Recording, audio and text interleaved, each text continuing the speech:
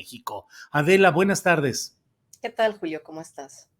Bien, Adela, muchas gracias por tomarnos esta llamada, por atender nuestra petición de que podamos hablar sobre este tema del caso Ayotzinapa, que tiene aspectos muy específicos, de los cuales te pido que nos des tu opinión, pero sobre todo y particularmente algo de lo que ya hemos hablado aquí, que es el papel de Alejandro Gertz Manero en todo este proceso. A mí me parece, es mi punto de vista, que en estos momentos se vive una batalla entre el segmento militar que pretende mantener sus fueros y privilegios frente a un segmento del poder civil encabezado por Alejandro Encinas, que con el apoyo original del presidente López Obrador, pero hoy en situación muy difícil, pues ha encabezado este intento de encontrar justicia y verdad en el caso de Ayotzinapa, pero pareciera que del lado civil el fiscal Gertz es el ejecutor de una serie de maniobras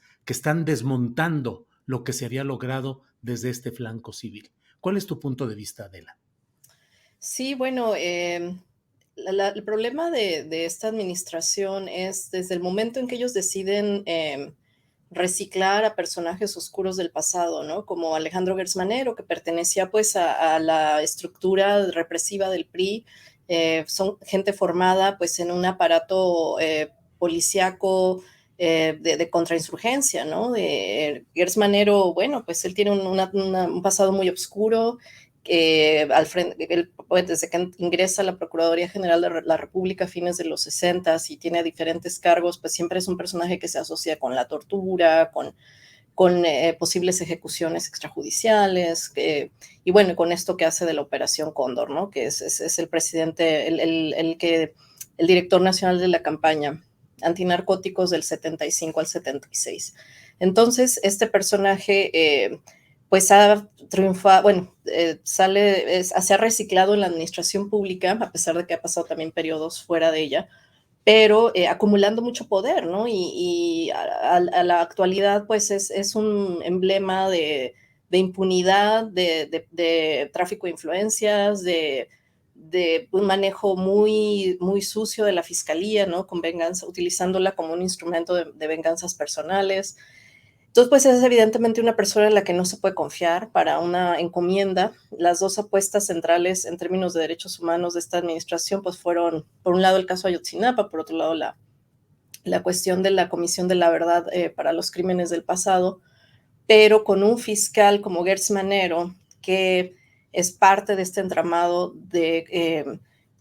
pues, de agentes del pasado, ¿no? Y que se han pasado la estafeta en términos de darle continuidad a estas formas, a estos métodos represivos, métodos de terror incluso, pues es alguien que evidentemente de ninguna manera va a garantizar el acceso a la justicia, tiene mucho más que perder si él quisiera meter presos a sus contactos, a sus conocidos, ¿no? Evidentemente no lo va a hacer, él pertenece a esos mismos grupos oscuros que se mueven en este inframundo del que la opinión pública no tiene noticia, ¿no? Porque pues, todo eso es bastante secreto, pero que nos podemos dar una idea, ¿no? Por lo poco que emerge en la superficie, como esto que ha pasado recientemente, ¿no? Que pues es bastante escandaloso y que todo apunta a un sabotaje interno de la fiscalía del fiscal, Gertz Manero, hacia la fiscalía especial del caso Ayotzinapa, ¿no? Que es un claro desmantelamiento.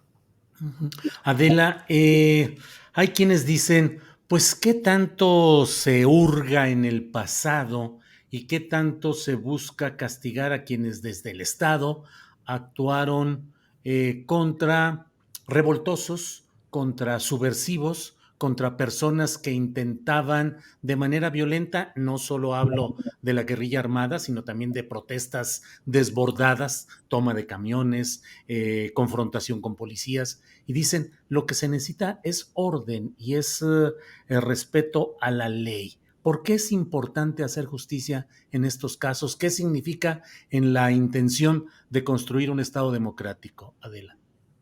Pues es que justamente lo que pasó con la Guerra Sucia, por ejemplo, se suspende el Estado de Derecho, se viola todas las leyes que se pueden violar de la Constitución, de tratados internacionales suscritos por México en materia de derechos humanos, que bueno, en esa época sí había muy pocos instrumentos, ¿no? Pero México los suscribió, ¿no? Entonces los suscribía con una mano y los violaba con la otra.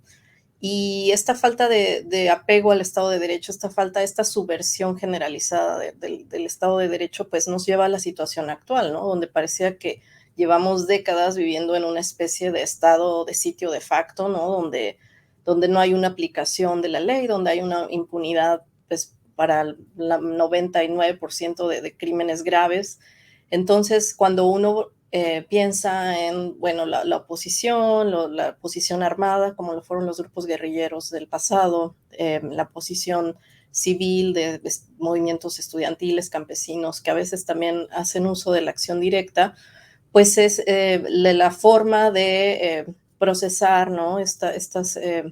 Estas disidencias no es la violencia, o sea, tiene que ser el Estado de Derecho el que prevalezca, no la tortura, la ejecución extrajudicial, la desaparición forzada, la profanación de cadáveres, ¿no? Todas esas prácticas de terror llevadas a cabo por las agencias, por las corporaciones policíacas y militares, pues definitivamente de ninguna forma, jamás, nunca han garantizado ni la ley, ni el orden, ni la civilidad, ni el respeto a los derechos fundamentales. Entonces, si realmente queremos construir una sociedad democrática, pegada a derecho, pues obviamente las disidencias tienen que ser tratadas conforme a estos estándares, ¿no?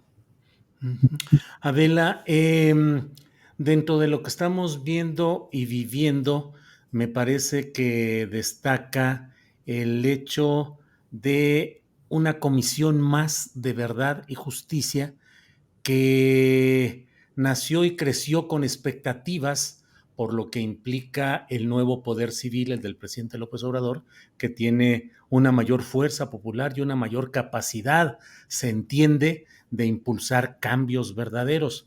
En otras partes del mundo, particularmente en Latinoamérica, ¿cómo se ha podido, cómo se ha avanzado en la consecución de justicia en estos casos de represión de los estados ante movimientos sociales?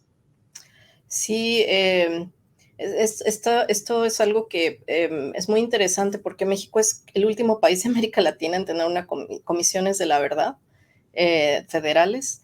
Y en otros países, bueno, estas comisiones empiezan con la transición a la democracia, ¿no? Después de periodos de dictadura o conflicto armado, donde pues diferentes actores de la sociedad civil se ponen de acuerdo en que hay que hacer una revisión de ese pasado represivo y esa revisión, bueno, consiste en una agenda de memoria, verdad, justicia y garantías de no repetición de esos hechos atroces.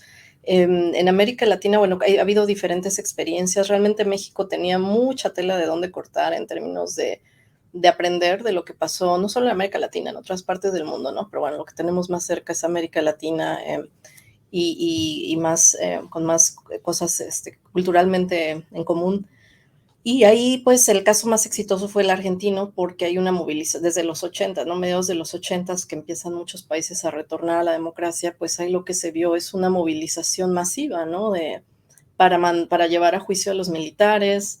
En otros casos menos exitosos como Brasil, que también es el penúltimo país que tuvo una comisión de la verdad, pues ahí no se procesó a los militares. Y ahí tenemos a alguien como Bolsonaro, que viene de esa experiencia de la guerra sucia en Brasil, de la dictadura, y que se vuelve presidente, ¿no? Ujú. Entonces tenemos dos casos antagónicos, ¿no? Donde hay justicia, como en Argentina, hay juicios, hay investigaciones, hay apoyo institucional para hacer este tipo de trabajo forense, histórico, juicios, procesar a los represores, etcétera.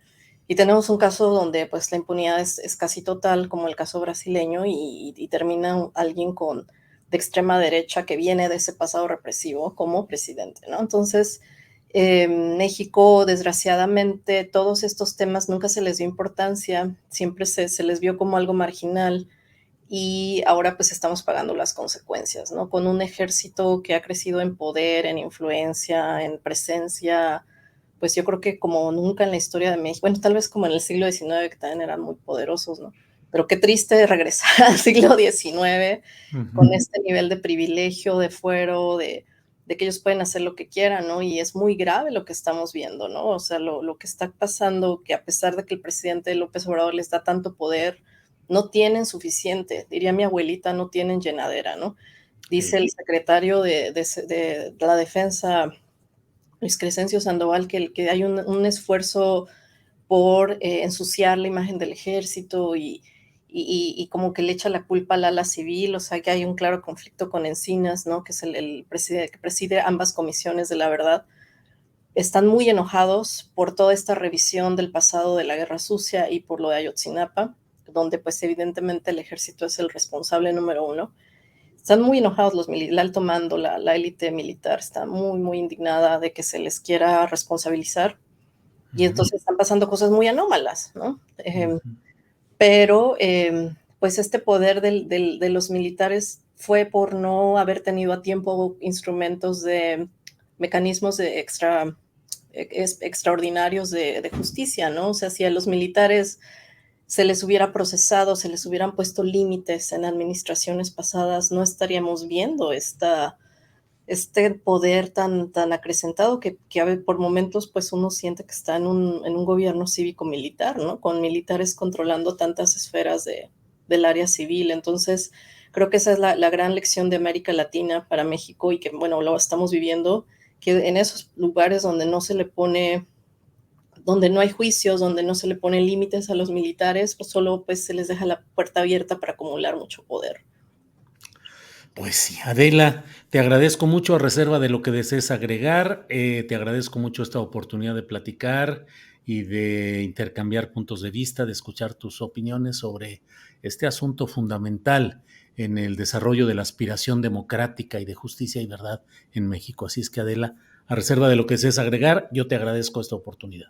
Sí, no, yo solo insistiría en que no hay democracia donde un ejército que ha cometido tantas violaciones a los derechos humanos durante tantas décadas sigue impune y no tiene ninguna posibilidad de ser llevado a juicio, ¿no? Porque aunque digan que no fue todo el ejército, aunque digan que no, que solo unos cuantos, hay una institución, ¿no? Que sistemáticamente ha cometido este tipo de crímenes graves, de violaciones graves a los derechos humanos y que nunca ha rendido cuentas y que aún se mantiene en la impunidad y en la opacidad total, ¿no? Y bastante renuente a limpiar la institución. Entonces, no es posible una democracia con un ejército con esas características.